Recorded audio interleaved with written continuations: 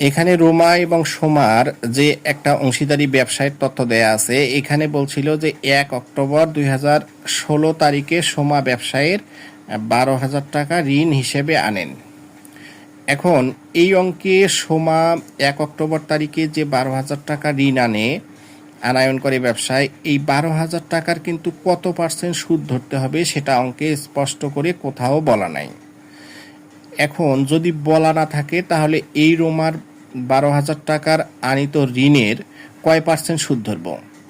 আমরা সেটা জানি যে দেখো এখানে বলছে সুদের হার সম্পর্কে কিছু উল্লেখ না থাকলে বাংলাদেশে বলবৎযোগ্য 1932 সালের অংশীদারি আইনের বিধান অনুযায়ী কোনো অংশীদার কর্তৃক প্রদত্ত ঋণের ওপর সুদের হার 6% ধরতে হয়। অর্থাৎ 1932 সালের অংশীদারি আইন অনুযায়ী বলা হয়েছে, যদি কোনো অংশীদার ব্যবসায়ে তাদের ঋণ হিসেবে টাকা আনায়ন করে সেই ঋণের ওপর সবসময় 6% হারে সুদ ধার্য করতে হবে।